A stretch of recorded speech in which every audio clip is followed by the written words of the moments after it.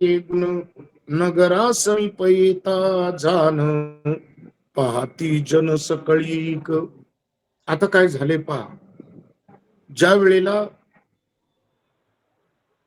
नामदेवराय आणि ज्ञानेश्वर महाराज हे हस्तिनापूरच्या अगदी याच्यामध्ये प्रवेश करतात हद्दीमध्ये, आणि प्रवेश करताच त्या ठिकाणी नामदेवरायांच्या भजनाचा तो नाद, टाळ मृदंग, आणि ज्या ज्या ठिकाणी थांबत नामदेवराय त्या त्या ठिकाणी कीर्तन करत, आणि त्या कीर्तनामुळं काय झालं की सगळा समाज त्या ठिकाणी येऊ लागला. नामदेवरायांची अमृतवाणी, ती ओघवती वाणी, आणि इतकं लोक त्या ठिकाणी येऊ लागली, नामदेवरायांचं दर्शन घेऊ लागली, आणि नामदेवरायांच्या दर्शनासाठी आता रीग लागली. दोन्हीही संत महाराष्ट्रामधले, ज्ञानोबारायांची पण उच्च कोटीची अवस्था आणि नामदेवरायांची सुद्धा, त्या कीर्तनामध्ये असणारी त्यांची ओघवती वाणी, समाज खूप त्या ठिकाणी येऊ लागला, त्यांचा आदर सत्कार करू लागला, त्यांचं स्वागत करू लागला. आणि अशा वेळेला गरुड टके निशान भेरी, वाद्य वाजती अति गजरी, आनंद मांडला हस्तिनापुरी, जय जयकारी नाम घोष. हस्तिनापूर मध्ये आता टाळ मृदंग सगळ्यांचा नाद त्या ठिकाणी येऊ लागला, घोष झाला, आणि समाज आकर्षित होऊ लागला. आणि अशाच वेळेला ही बातमी खिलजीच्या कानावरती गेली. त्यावेळेला दिल्ली तख्तवरती खिलजी हा अत्यंत क्रूर यवनी राजा होता बसलेला. मूर्तीपूजेचा तो कर्दन काळ होता, आणि खिलजी इतका करारी होता की तो इतर धर्मांचं खूप त्या ठिकाणी वाईट नजरेने पाहायचा. त्याच्या अंतःकरणामध्ये दुसऱ्या धर्माविषयी बिलकुलही दया नव्हती, अत्यंत क्रूर असणारा हा खिलजी. पण त्याच्या कानावरती ही बातमी गेली, आणि कोणतरी महाराष्ट्रामधनं दोघे जण आलेले आहेत, आणि सगळा समाज त्यांच्याकडे आकर्षित झाला. खिलजी म्हटला की कोण आहे, आणि म्हणून खिलजी तिथून त्वेषाने निघाला, आणि नामदेवरायांना त्या वेळेला विचारू लागला की आप कहां से आए. नामदेवरायांनी सांगितलं, हम तो पंढरपूर से आए. आप कौन है. हम तो विठ्ठल के भक्त है. नामदेवरायांनी सांगितलं. असं म्हटल्याच्या नंतर खिलजीच्या अंतःकरणामध्ये इतका काय क्रोध निर्माण झाला, आणि तो क्रोध इतका त्या ठिकाणी त्याच्या चेहऱ्यावरती तो दिसत होता, जसं चंद्राच्या प्रकाशाला चोरांनी नावं ठेवावं, नवे नवे चोरांनी म्हणावं की चंद्र मलिन झाला, तसं हिंदू धर्माचा प्रसारक एक त्या ठिकाणी. पण खिलजीला ते आवडलेलं नाहीये. अशा वेळेला ऐका, वेदज्ञानी मनुष्य आल्याच्या नंतर अतिमूर्ख माणसाला ते कधी सण होत नाही.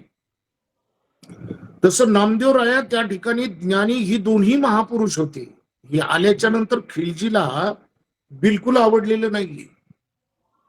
आणि नेहमीच त्या ठिकाणी सगुण भक्ती किंवा मूर्तीपूजा याचा राग करणारा हा खिलजी. मग म्हणे नामियाची हरिकथा सत्वर जाऊन पाहावी आता. खिलजी म्हणला की खर तर हा जे कीर्तन किंवा कथा करतोय, प्रबोधन करतोय, खर तर काय सांगतोय हा, आणि समाज तरी आकर्षित का होतोय. पुन्हा एकदा खिलजीनी त्याचं निरीक्षण केलेले, आणि अशा वेळेला खिलजी कीर्तनामध्ये आला, आणि कीर्तनामध्ये आल्याच्या नंतर काय झाले पहा. खर तर कीर्तनामध्ये नास्तिक माणूस येणं म्हणजे फार विचित्र परिस्थिती बर का. ब्राह्मणाच्या स्वयंपाकघरामध्ये श्वानाने प्रवेश करावा, आणि ते अन्न खावं अशी परिस्थिती झाली. कारण ज्याला ज्याची गोडीच नाहीये, कथा कीर्तन याच्याविषयी आदर भावच नाहीये, त्याला त्या ठिकाणी आनंद मिळणार आहे का? नाही. पण अशी स्थिती झाली खिलजीची की ऐन तारुण्यामध्ये महारोग व्हावा, अशी स्थिती खिलजीची त्या ठिकाणी झाली. आणि म्हणून तैसाची दुर्बुद्धी अकस्मात येऊन ठाकला कीर्तनात, तव नामा श्रीहरीचे गुणवर्णित, प्रेम भरित ते धवा. आणि मोठ्या प्रेमाने भगवंताचं इतकं सुंदर त्या वर्णन भगवंताचं नामदेवराय करत होते. टाळ मृदुंग विने सुखर, नांदे दुमदुमले अंबर. टाळ मृदंग याचा घोष बाकी म्हणजे आसमंतापर्यंत गेला. त्यातही टाळांचा गजर रंगापार उडवला. टाळ असला सुंदर तो किन किन नाद, आणि त्या गजरामुळं सगळा समाज त्या ठिकाणी हो एकरूप होऊन जाईल, डोलत असत. फार आनंद लोकांना मिळत होता. खिलजीने अशा वेळेला विचारलं की आप कोण हो? हम तो विठ्ठल के भक्त है. अच्छा, आप विठ्ठल के भक्त हो? नामदेवराय म्हणले की हा. त्याच वेळेला खिलजीने काय केलं ऐका. आपल्या हिंदू धर्मामध्ये अतिपवित्र मानली जाणारी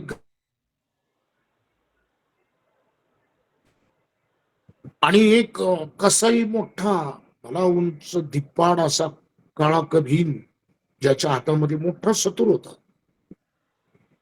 आणि खिलजीनी त्या हुजरेकऱ्याला त्या कसायाला खुणवलं आणि एकच घाव मानेवरती त्या कसायाने गायीच्या टाकला आणि गायीचं शिर आणि धड वेगळं झाले.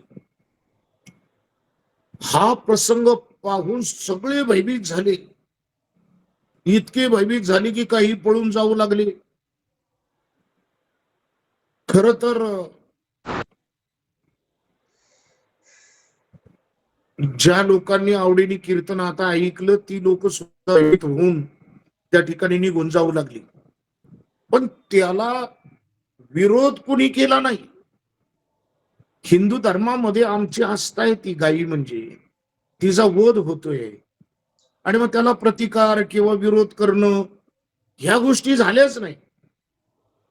जसं पात्रामध्ये अन्न वाढावं आणि अचानक त्या अन्नामध्ये विष कालवावं, अशी परिस्थिती त्या ठिकाणी झाली.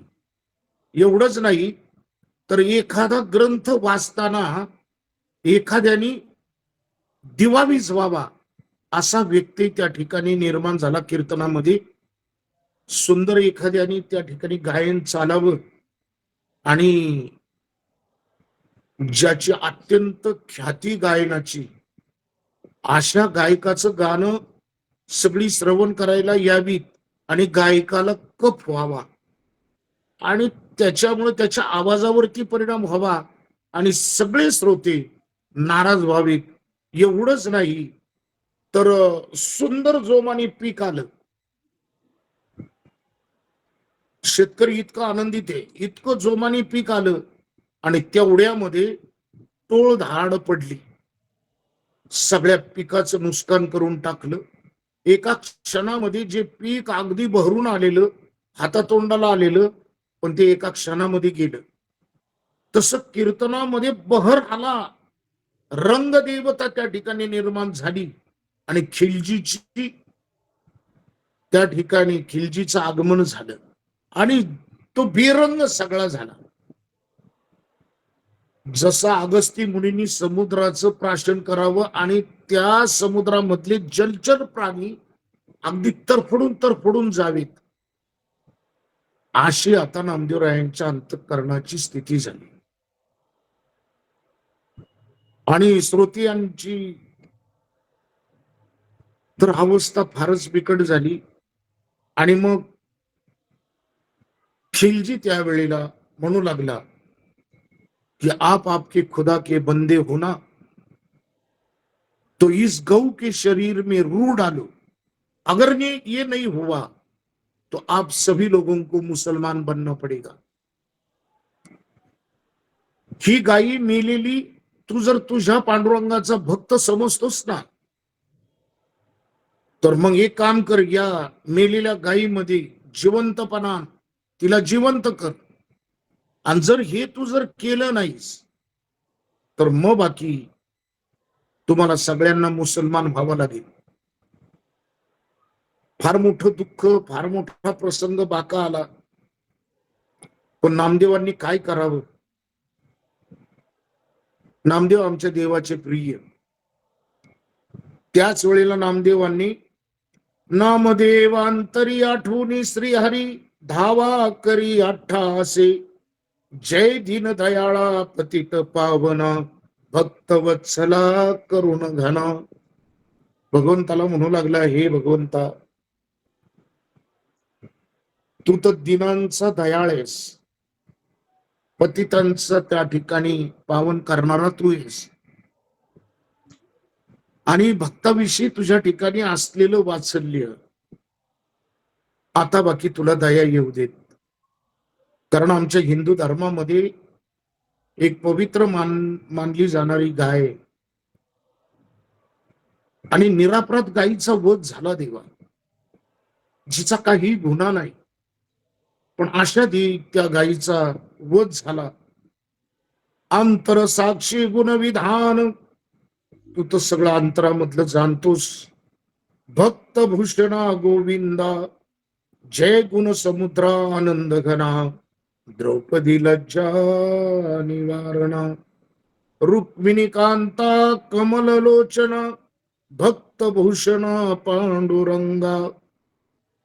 देवाची स्तुती करू लागली, आराधना करू लागली. आणि नामदेवांना अत्यंत दुःख झालं. रक्ताच्या थारोळ्यामध्ये पडलेली ती गाय तरफडत होती. नामदेवांचं हृदय भरून आलं त्या गायीकडे पाहून. निरापराध गायीचा वध झाला. कंठ झाला सद्गदित पडती अश्रुपात नेत्रातून. गायीचं शिर मांडीवरती घेतलं आणि एवढं नामदेवरायांना रडू कोसळलं की नामदेवरायांच्या डोळ्यातले अश्रू आता गायीच्या शिरावर पडत होते. हसुवे दाटली उभारून बाहे, नाम वाट पाहे रात्रंदिवस, नाम वाट पाहे रात्रंदिवस, नाम वाट पाहे रात्रंदिवस. भेटसी के धावा माझा जीव लगा.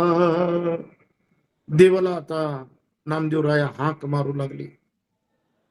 फार तर तिने त्या वेळेला हाक मारू लागली आणि इतका धावा करू लागली, इतका धावा करू लागली. पण मनामध्ये असंख्य त्या वेळेला शंका निर्माण झाल्या. देवा तू कधी येशील? पण वेळ लागला थोडासा. आणि त्याच्यामुळे काय झालं, नामदेवराया म्हणू लागले की देवा तू काय रणांगणामध्ये सापडलास का काय? अरे एवढा माझ्यावरती हा प्रसंग आहे की तुला यावं लागेल. तुझ्यावरती युद्धाची तर काही वेळ आलेली नाही ना, तू युद्धामध्ये तर अडकलेलं नाहीस ना.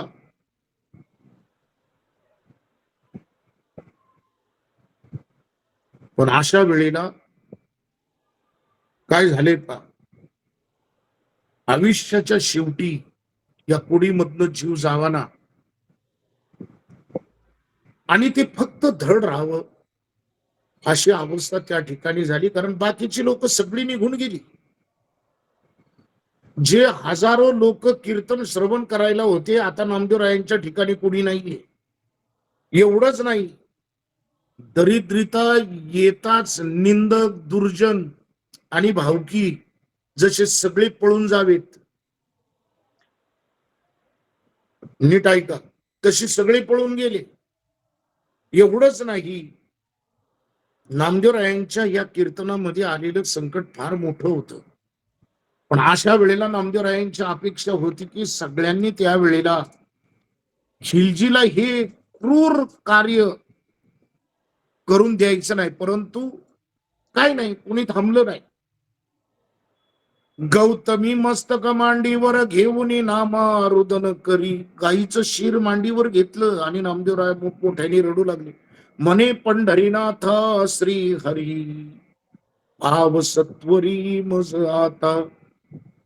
आता देवा तो यायला पाहिजेस. नामदेवरायांच्या मनामध्ये अजून काही झाल्या की हे रुक्मिणी, तुझी सेवा करताना तुला काही झोप लागली का, आणि म्हणून तुला उशीर होतोय का, काही एखादा प्रेमळ भक्त तुला भेटला की तुला त्या भक्ताला सोडूशी वाटना, का एखादा योगी हा तुझ्या ध्यानामध्ये आला आणि तू तिथं गुंतून पडलास, नेमकं काय झाले, तू काय येईनास, तुझ्या भक्तावरती दुसऱ्या कोणत्या काही संकट आलं का, की तू त्या ठिकाणी धावून गेलेला आहेस आणि माझ्याकडे येण्यासाठी तुला वेळ लागतोय.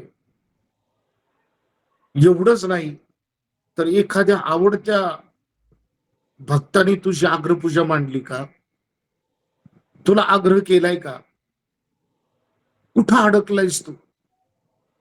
आणि अशा वेळेला नामदेवरायांच्या मनामध्ये एक एक विचार येऊ लागला.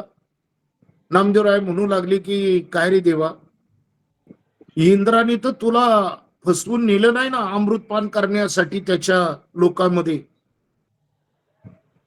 तिकडं तर तू गेला नाही ना.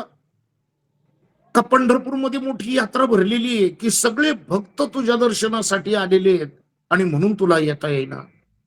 अशा खूप काही मनामध्ये नामदेवरायांच्या कल्पना निर्माण व्हायला लागल्या. अलंकार वस्त्रभूषणे करून पूजा करती श्रीमंत जन.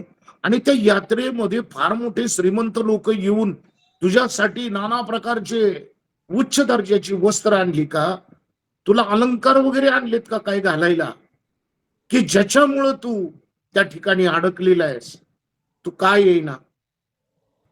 पण काय झाले बघा बरं का, तेथेची होऊन तल्लीन माझा विसर पडला की, माझा विसर तुला पडला की काय.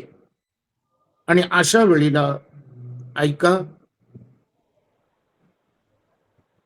देवा माझ्या ठिकाणी काळ निर्माण उभा राहिलाय आणि आता तो काळ इतका दुर्धर आहे, तुला माझ्यासाठी घ्यावं लागेल.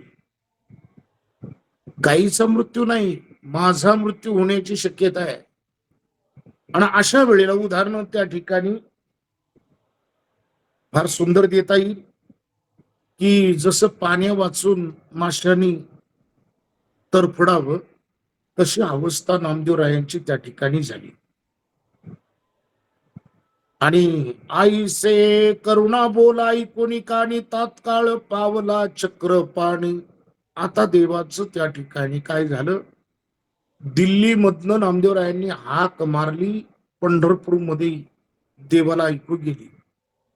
ती अर्थता ती करुणा नामदेवरायांची कानावरती जशी पडली तसं देव नामयाचे हृदयी भुवनी प्रगट झाले ते धवा. एका क्षणामध्ये नामदेवरायांच्या हृदयामध्ये देवाने प्रवेश केला. नामदेवरायांच्या हृदयामध्ये प्रवेश केल्याबरोबर एक अद्भुत शक्ती नामदेवरायांमध्ये निर्माण झाली. आणि काय झालं ऐका, जसा भगवंत आला आणि ते प्रवेश केला आणि एक अद्भुत शक्ती नामदेवरायांनी शिरावरनं हात फिरवला, ते शिर आणि धड एकत्रित आलं आणि गाय जिवंत होऊन उभी राहिली. उभी जशी राहिली तसे राहिलेले जे काही भक्त बरोबर होते थोडेफार, तिथं बाकी त्यांनी गजर केला, आनंद वाटला. पण ऐका, देवाला नामदेवराय म्हटले की देवा तू माझा अंत पाहिलास, माझा प्राण जातो की काय असं मला वाटलं, हा उशीर लावला का रे देवा, उशीर लाविला तुझ्या पायी जीव झाला वेडा. तुझ्यासाठी खरंच मी वेडा झालो होतो, तू इतका उशीर लावलास. आणि अशा वेळेला ऐका, खिरजी नामदेवास नमस्कार करीतो. काय झालं की गाय जिवंत झाली, उभी राहिली. आणि खिलजीने हे दृश्य पाहिलं. खिलजीच्या लक्षात आलं, अरे ये तो कोई अवलिया है, ये सर्वस, ये सामान्य आदमी नाही आहे. आणि त्या वेळेला नामदेवरायांची माफी मागितली, हात जोडले खिलजीनी. कापुनी टाकिले गायीचे शिर, ती उठवली देखोनी नृपवर. खिलजीनी हे पाहिलं की कापून टाकलेलं शिर, पण धड आणि शिर एकत्रित आलं आणि गाय जिवंत होऊन उभी राहिली. हे अद्भुत त्या ठिकाणी होतं. खिलजीचा तर विश्वास बसना. आणि खिलजीच्या त्यावेळेला लक्षात आलं की हिंदू धर्म किती श्रेष्ठ आहे, हिंदू धर्मामधले संत किती उच्च कोटीचे. ऐका, आनंद वाटला सकळ जना, म्हणती धन्य नामा वैष्णव जाना. सगळ्यांना आनंद झाला, सगळेजण टाळ्या वाजू लागले, नाचू लागले. अरे खरंच म्हटले नामदेव हा महावैष्णव आहे. हो, ब्रह्मादिक देवांगना, जयाचा प्रेम न वर्णवे. हो, ते किती उच्चतम स्थितीचं त्याच्या ठिकाणी प्रेम आहे हे बाकी सगळं त्यावेळेला कळालं. सगळी लोक नामदेवरायांचं कौतुक करत होते, नामदेवरायांचं दर्शन घेत होते, नामदेवरायांची वाहवा चाललेली होती.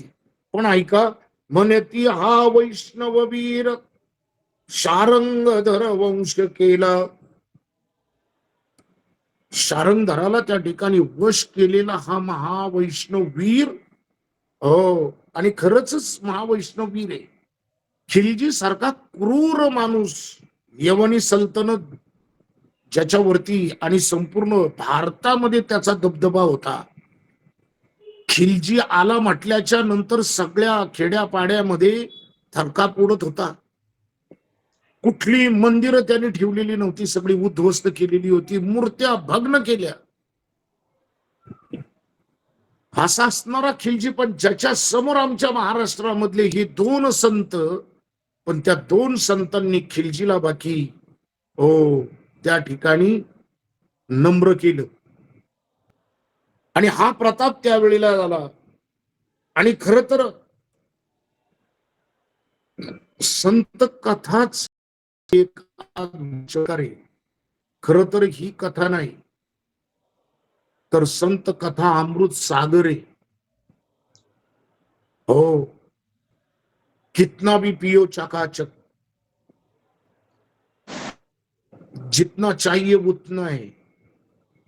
आणि म्हणून खर तर मानस सरोवरामध्ये राजहंसानी क्रीडा करावी, तसं तर संत चरित्रामध्ये साधकांनी खरं क्रीडा केली पाहिजे. ते श्रवण केलं पाहिजे, त्याच्यातला आनंद हा घेतला पाहिजे.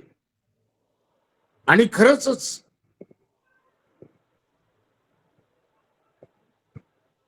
त्या प्रेम सागरामध्ये आम्ही डुबक्या मारल्या पाहिजेत. एक एक चरित्र इतकं काही स्फुरण देतं आपल्याला की ते एक एक प्रसंग त्या ठिकाणी श्रवण केल्याच्या नंतर आमच्या संतांचा अधिकार तरी काय होता. आणि अशा वेळेला ऐका, एखादी नदी, साधी नदी, ती जर गंगा या नदीला मिळाली तर ती सुद्धा गंगा होऊन जाते.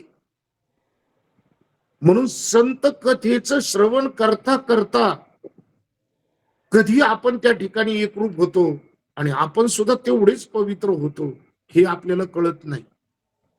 आणि मग ऐका आता की हे सगळं होत असताना नामदेवरायांचा बोलबाला आता उत्तर भारतामध्ये फार मोठा झाला. मेलेली गायी जिवंत त्या ठिकाणी केली, हे सर्वत्र बातमी वाऱ्यासारखी पसरली. आणि अशा वेळेला ज्ञानेश्वर महाराज आणि संत नामदेव यांनी आपल्या कीर्तनाच्या माध्यमामधनं, कथेच्या माध्यमामधनं हिंदू धर्माचा प्रसार आणि प्रचार फार सुंदर केला. उत्तर भारतामध्ये पहिल्यांदा महाराष्ट्रामधले संत किती महान आहेत हे पहिलं दर्शन नामदेवरायांनी आणि ज्ञानेश्वर महाराजांनी, आणि नंतर झालं की महाराष्ट्र भूमी ही संतांची आहे. एक लक्षात घ्या. पण पहिला प्रताप उत्तर भारतामध्ये जर संतांमध्ये जर केला तर नामदेवराय आणि संत ज्ञानेश्वर महाराज. ऐका आता बाकी कबीराच्या घरी या ठिकाणी जावा असं मनामध्ये एक मनीषा निर्माण झाली आणि हस्तिनापूर सोडला. आता हस्तिनापूर सोडल्याच्या नंतर अनेक तीर्थे त्या ठिकाणी करत करत हे दोन्ही संत निघाले. तसं पाहायला गेलं तर त्यांनी असंख्य तीर्थ केली. प्रत्येक तीर्थामध्ये खूप काही मोठा इतिहास घडला आणि चमत्कारही घडले. सगळेच या ठिकाणी शास्त्रामध्ये नाही आहेत, पण छोट्या मोठ्या तीर्थक्षेत्रामध्ये सुद्धा हे संत ज्या वेळेला गेले त्यावेळेला तिथं काय परिवर्तन केलं त्यांनी, काय क्रांती केली, फार मोठी. कबीराचे घरी अकस्मात साधू संत पातले. आता ऐका, इथं हे चरित्र थांबते नामदेवरायांचं आणि संत ज्ञानेश्वर महाराजांचं. पण त्याच वेळेला अगदी इकडं काय झालेलं आहे की कबीराच्या इथं काही संत मंडळी आलेली आहे आणि रात्रीची वेळ आहे, संध्याकाळची वेळ आहे.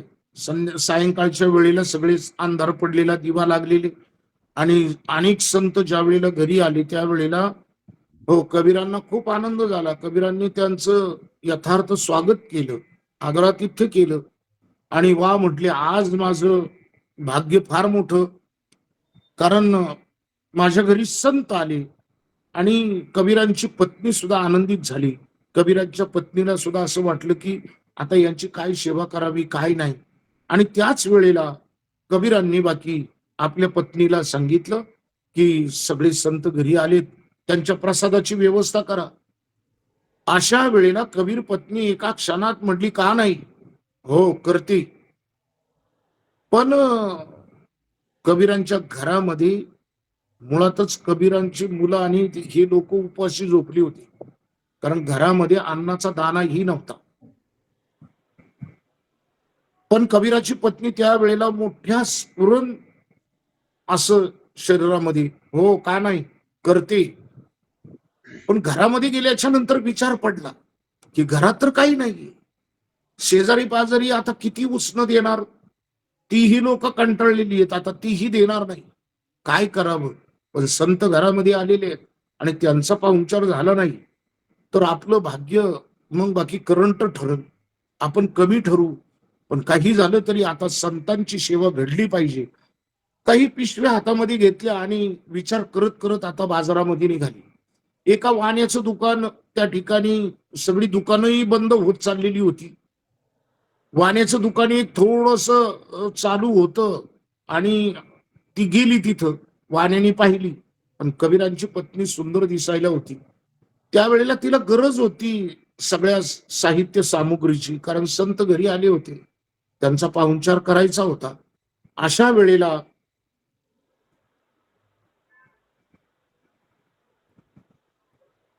कबीराच्या पत्नीने त्या वाण्याला विनंती केली की माझ्या घरी संत आलेले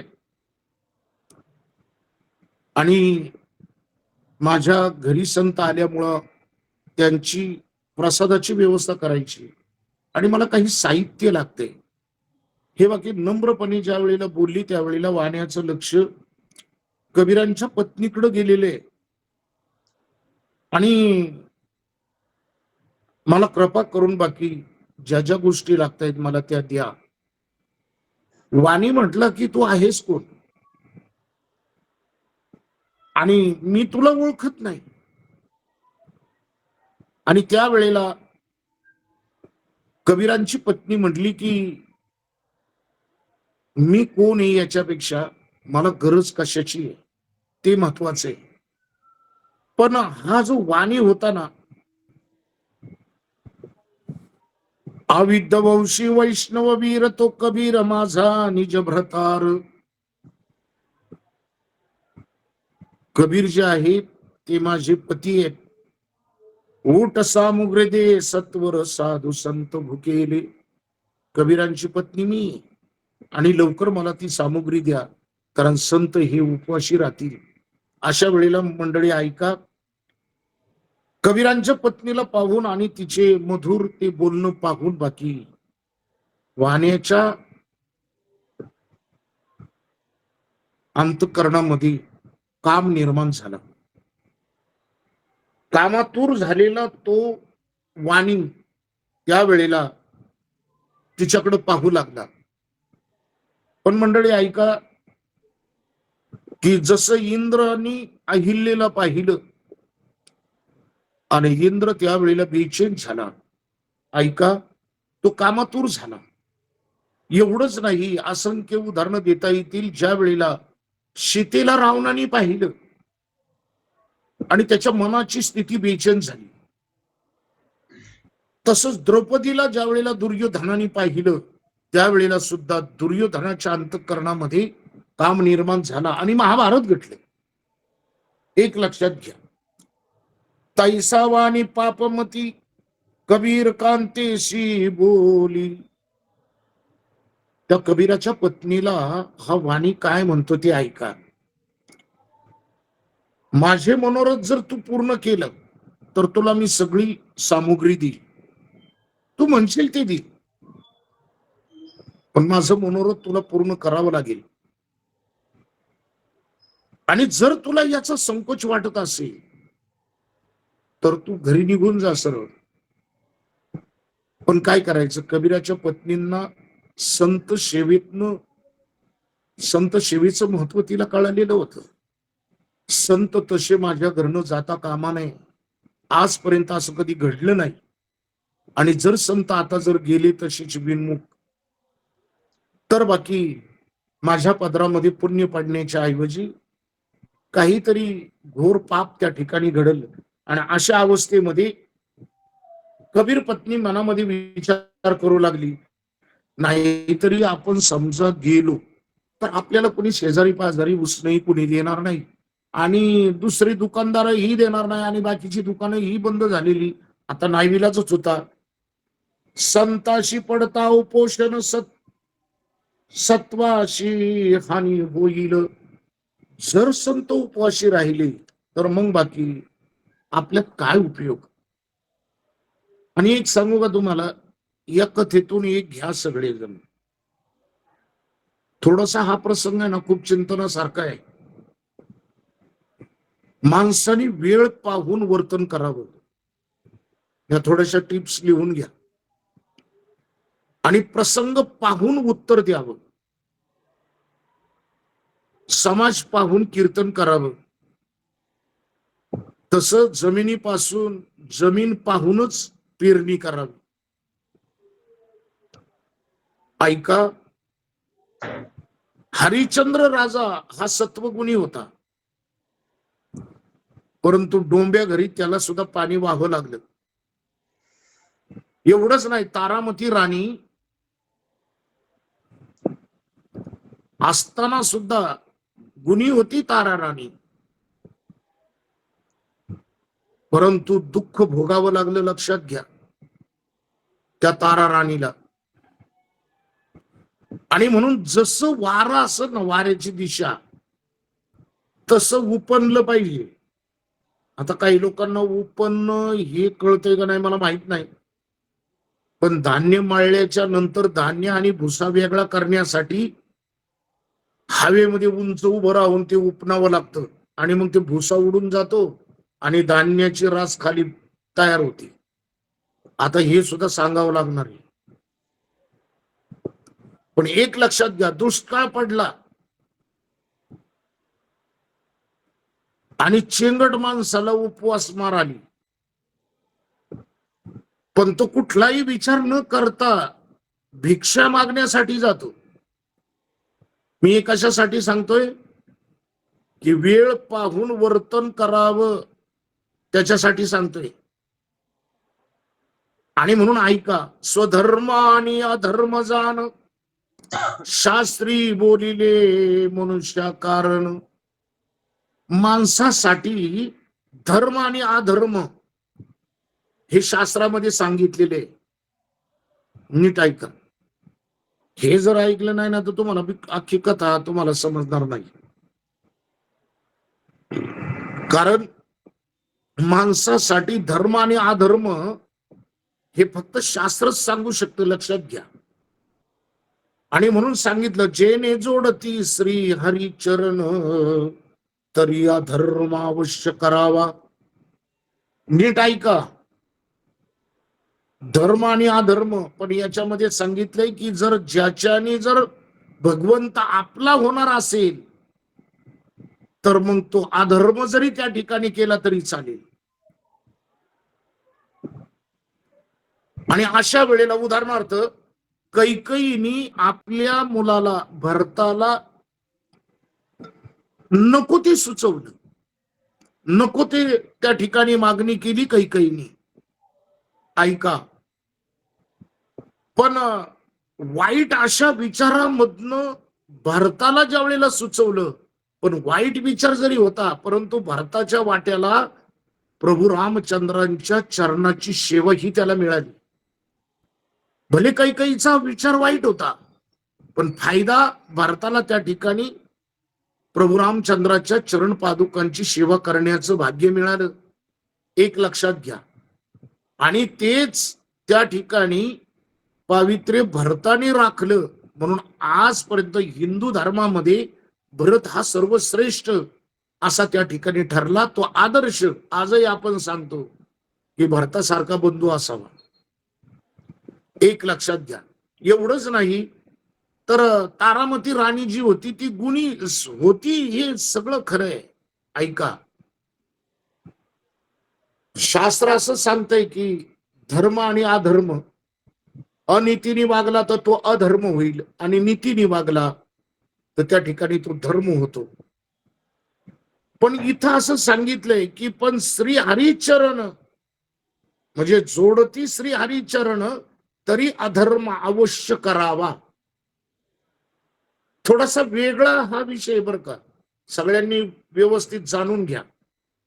तुम्हाला मी त्याची उदाहरणही सांगेल की कैकेयीचं एक मी उदाहरण दिलं. दुसरं उदाहरण तुम्हाला सांगतो की वृंदावनामध्ये या सगळ्या गोपिका घरदार सोडून त्या ठिकाणी कृष्णाला भेटण्यासाठी जायच्या. घरातली कुणाची ही परवानगी न घेता न सांगता त्या ठिकाणी धावत जायच्या आणि भगवंताला जाऊन मिळायच्या. मग मला सांगा, गोपिका घर सोडून घरातल्या लोकांची परवानगी न घेता ज्या वेळेला कृष्णाकडे गेल्या, महाधर्म का अधर्म? एक सांगतो, ज्या कृतीमध्ये भगवंत भेटला तिथं तो अधर्म होऊ शकत नाही, तो धर्मच होणार. एवढंच नाही, यज्ञ पत्न्या भगवंत वनामध्ये गाय राखण्यासाठी आला आणि त्या दिवशी शिदोरी आणलीच नाही. सगळ्या सौंगड्यांनी सुद्धा कुणी शिदोरी आणली नव्हती, परंतु खेळ खेळून दमले आणि सगळेजण म्हटले की देवा आता भूक लागली रे, आणि शिदोऱ्या तर कुणीच आणल्या नाही. आणि ज्या वेळेला श्रीकृष्ण भगवंतानी या ब्राह्मण स्त्रियांकडं, कारण हे ब्राह्मण कृष्णाच्या खोडीपायी त्रासून ही गाव सोडून गोकुळ सोडून वनामध्ये राहायला आली होती. या ब्राह्मणांना असं वाटलं की अरे हे गवळ्याचं मुलगा खूप त्रास देते आणि या वनामध्ये आम्ही यज्ञ यागाधिक कर्म करताना आम्हाला कुठलाही व्यत्यय होत नाही, आणि म्हणून त्या यमुनेच्या कडेला त्यांनी आश्रम उभा केला होता. पण देव ज्या वेळेला गाय राखायला आला, शिदोऱ्या नव्हत्या, आणि देवाने सांगितलं सौगंड्यांना की अरे जा, आपल्या गोकुळामधलेच काही ब्राह्मण या ठिकाणी राहायला आलेले आणि त्यांच्याकडे जा आणि अन्न मागून या.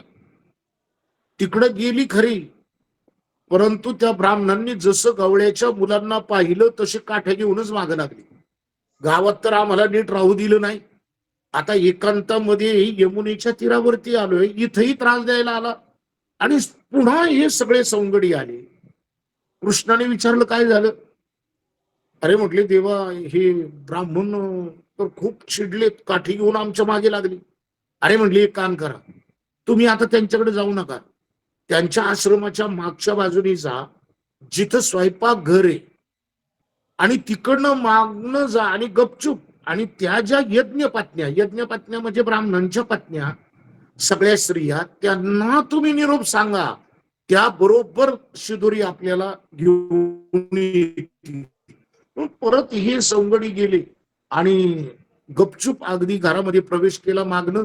आणि ज्या स्त्रिया होत्या, ब्राह्मण स्त्रिया, त्यांना हळूच सांगितलं, देव वनामध्ये आलाय, शिदोरी आणली नाही आणि देव उपाशी आहे, त्याला भूक लागलेली आहे. असं कळल्याबरोबर काय केलं त्या ब्राह्मणांच्या स्त्रियांनी, अरे ब्राह्मणांची परवानगी वगैरे न घेता स्वयंपाक वगैरे केलेला पाट्यामध्ये भरल्या, त्या ठिकाणी पाट्या डोक्यावर घेतल्या, आणि त्या ब्राह्मणांना सुद्धा कळालं नाही. त्या यज्ञ पत्न्या, ब्राह्मणांच्या पत्न्या, त्या स्त्रिया सगळ्या वनामध्ये श्रीकृष्ण भगवंताकडे आल्या आणि ती शिदोरी भगवंतांनी आणि सगळ्या सौंगड्यांनी खाल्ली. मला सांगा की ब्राह्मण स्त्रियांनी आपल्या पतीची न परवानगी घेता देवाकडे गेल्या, धर्म का अधर्म? तसं नवऱ्याला न विचारता भिवडीला येणं हा धर्म होऊ शकत नाही. धर्म पण नवऱ्याला न विचारता साडी घ्यायला बाजारात जर गेलात तुम्ही, तर तो अधर्म आहे. चला मी आणि एक प्रसंग तुम्हाला सांगेन, म्हणजे तुम्हाला कळलं असंच या ठिकाणी मी सांगल. जरी धरले असते शास्त्र श्रवण, तरी श्री हरी चरण अंतरे. पण ऐका, जर शास्त्राचा जर आधार घेऊन जर भगवंत आपल्यापासून दूर होतोय, ऐका, तर मग बाकी आपल्याकडनं अधर्म होईल. देव भेटतोय ना, त्याच्यासाठी काही करायचं. त्याचं कारण सांगतो. पवित्र तो देह वाणी पुण्यवंत, जो वदे अच्युत सर्व काळ. हा देह केव्हा पवित्र राहील? की ज्याच्याने आपल्याला भगवंत जोडेल. एक लक्षात घ्या. आणि म्हणून कबीर पत्नी ही मनामध्ये विचार करू लागली की संत उपाशी राहतील, आता आपल्याला या ठिकाणी काही करायचं झालं तरी आपल्याला करावं लागेल. ऐका, आणि अशा वेळेला तो वाणी म्हटला की माझा तुझ्यावरती विश्वास नाही, मला तू वचन दे, तरच मी तुला सामग्री देईल की तू माझ्याकडे परत येशील आणि माझी मनोकामना पूर्ण करशील. कबीर पत्नीने एका क्षणामध्ये सांगितलं की मी तुम्हाला वचन देते की मी पुन्हा तुमच्याकडे येईल आणि तुमची मनोकामना मी पूर्ण करेल. मित्रांनो, नीट ऐका ही कथा. आणि अशा वेळेला तो अंतरसाक्ष चैतन्य घन, त्याचे करिता नामस्मरण, अरिष्ट निरसेल सर्व ही. कबीर पत्नीच्या मनामध्ये विचार आला की आता काही हो, पण संतांच्या सेवेमध्ये आपण कमी पडता कामा नये. आणि जरी अरिष्ट आलं तरी भगवंत पाहून घेईल. हे सगळं करत असताना हो, तिचं बाकी अखंड भजन होतं, देवावरती विश्वास होता. आणि अशा वेळेला मला पहिली सामुग्री द्या, मला जाऊ द्या, संत जर तशी विनमुख गेले तर माझ्याकडनं अनर्थ होईल. आणि त्या हे ऐकून पण काय झालं, वाणी हा अत्यंत जरा थोडासा त्याच्या अंतःकरणामध्ये काम निर्माण झालेला होता, त्याचा विश्वास घेतो. हे जे शेठ लोक असतात यांचा विश्वास कोणावर सहसा नसतो, आणि म्हणून तर ते शेठ झालेले असतात. हो, आमचे विश्वासराव कधीच गेले, एक लक्षात घ्या. पण खरं सांगू का की दुर्योधनाचा विचार केला तर त्या दुर्योधनाला त्या सभेमध्ये कुणीच सज्जन वाटला नाही. तसं या वाण्याला हिनी जरी वचन दिलं तरी त्याला खरं वाटना. एक लक्षात घ्या. एवढंच नाही तर चोरांना चंद्र हा मलिन वाटू लागतो, कारण त्याचा तिरस्कार करतात ते. लक्षात घ्या. तसं या वाण्याला सुद्धा की तिच्यावरती बाकी तो विश्वास बसेना. आणि म्हणून समजा रोक्ती कबीर पत्नी ही खूप सांगते की अहो तुम्ही माझ्यावर विश्वास ठेवा, मी तुम्हाला वचन देते. पण ऐका, महारोगी आहे, त्याला मिष्टान्नाची चव लागेल का? नाही लागणार. तसं त्या वाण्यालाही पटना. वाईट माणसाला प्रेमरस हा कळणार नाही. एक लक्षात घ्या, प्रेमरस हा वेगळा आहे. प्रेम रसासारखी गोडी, मी सांगितलं तुम्हाला की इथं अमृत श्रेष्ठ आहेच, मी काल सांगितलं, त्याच्यात वाद नाही. पण अमृतापेक्षा सुद्धा एक पदार्थ इतका श्रेष्ठ आहे जगातला, ते म्हणजे प्रेमामृत. लक्षात घ्या. आणि अशा वेळेला निंदक माणूस आहे, अशा निंदक माणसाला, नास्तिक माणसाला साधू कधी भेटेल का? नाही भेटणार. कारण त्याच्यामध्ये तो विचारच नसतो. अहो एवढंच नाही तर यज्ञोपवीत असे असणारे अग्निहोत्र ब्राह्मण, जे वेदांती अभ्यास करणारे, अशा ब्राह्मणांना जर त्या ठिकाणी वाईट माणसं कधी भेटतील का आणि त्याला ते चांगलं वाटेल का? त्या वाईट माणसांना, जरी तो अग्निहोत्र ब्राह्मण आहे, वेदाचा अभ्यास करणारा पंडित शास्त्री आहे, त्या वाईट माणसाला त्याची कदरच राहणार नाही ना. तशी त्या वाण्याची अवस्था होती. म्हणजे माझा विश्वास तुझ्यावरती नाहीये. कबीर पत्नीने त्यावेळेला सांगितलं की मी तुम्हाला वचन देते, मला सामुग्री द्या. मग तिने शपथ घेऊन त्यावेळेला सांगितलं की मी पुन्हा येईल आणि तुमची मनोकामना पूर्ण करेल. बस असं म्हटल्याच्या नंतर ऐका, आता काय झालं, कबीर पत्नी ही सगळी सामग्री घेऊन घरी आली. रात्रीची वेळ आहे, नीट ऐका. आणि अशा वेळेला घरी आल्याबरोबर ते सगळे संत म्हणू लागले, मग कबीर पत्नी कबीर कांतेशी संत बोलती, आम्हा स्वहस्ते पाक करू इच्छिते. म्हणजे ते संत म्हटले की आम्ही स्वतः सामुग्री द्या, आम्ही स्वतःच, कारण ते सगळे संन्याशी होते, कबीर महाराज ग्रस्ती आहेत, आणि त्यांनी स्वतः ती सामुग्री घेऊन सगळा प्रसाद त्यांनी घेतला. लक्षात घ्या. पण हे सगळा प्रसाद घेत असताना कबीरांना आणि कबीरांच्या पत्नीला खूप आनंद झाला. आणि आनंद झाला त्यावेळेला सगळे संत जेवून तृप्त जसे व्हायला लागले, तसं बाकी कबीरच्या पत्नीला आणि कबीरांना आनंद. पण तेवढ्या वेळात तिकडं संत जेवतायत, संध्याकाळची रात्रीची वेळ, आणि कबीरांना बाकी बाजूला बोलवलं पत्नीने. अहो इकडे या जरा, मला तुमच्याशी महत्वाचं बोलायचंय. म्हणली काय? म्हणले एक लक्षात घ्या, मी वाण्याला वचन देऊन आले की मी तुमची मनोकामना पूर्ण करील, मला सामुग्री द्या. कारण त्याच्याशिवाय वाणी ही सामुग्री साहित्य देत नव्हता. ऐका, म्हणून त्याचे मनोरथ करावया पूर्ण आज्ञा द्यावी मज कारणे. विचार करा, कबीर पत्नी कबीरांना काय म्हणते की त्याची मनोकामना पूर्ण करण्यासाठी मला जावं लागेल, आणि आत्ताच थोडासा अंधार आहे, तेच जाते, नाहीतर उजेड जर झाला आणि लोकांनी पाहिलं तर आपल्याला सगळे नावं ठेवतील. पण मला आता वाण्याकडे जाण्याची परवानगी द्या, आणि ती ही इच्छा त्याची पूर्ण करण्यासाठीची परवानगी द्या. आणि अशा वेळेला ऐका, ऐकोनी म्हणे कबीर भक्त, मीही येतो तुझ सांगत, या वाणियाचा उपकार बहुत आम्हावरी झाला अशी.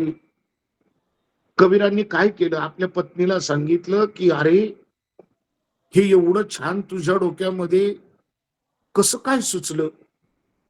हो, कारण पण संतांचं बाकी या ठिकाणी आपण सेवा करण्यामध्ये कुठेही कमी पडलो नाही.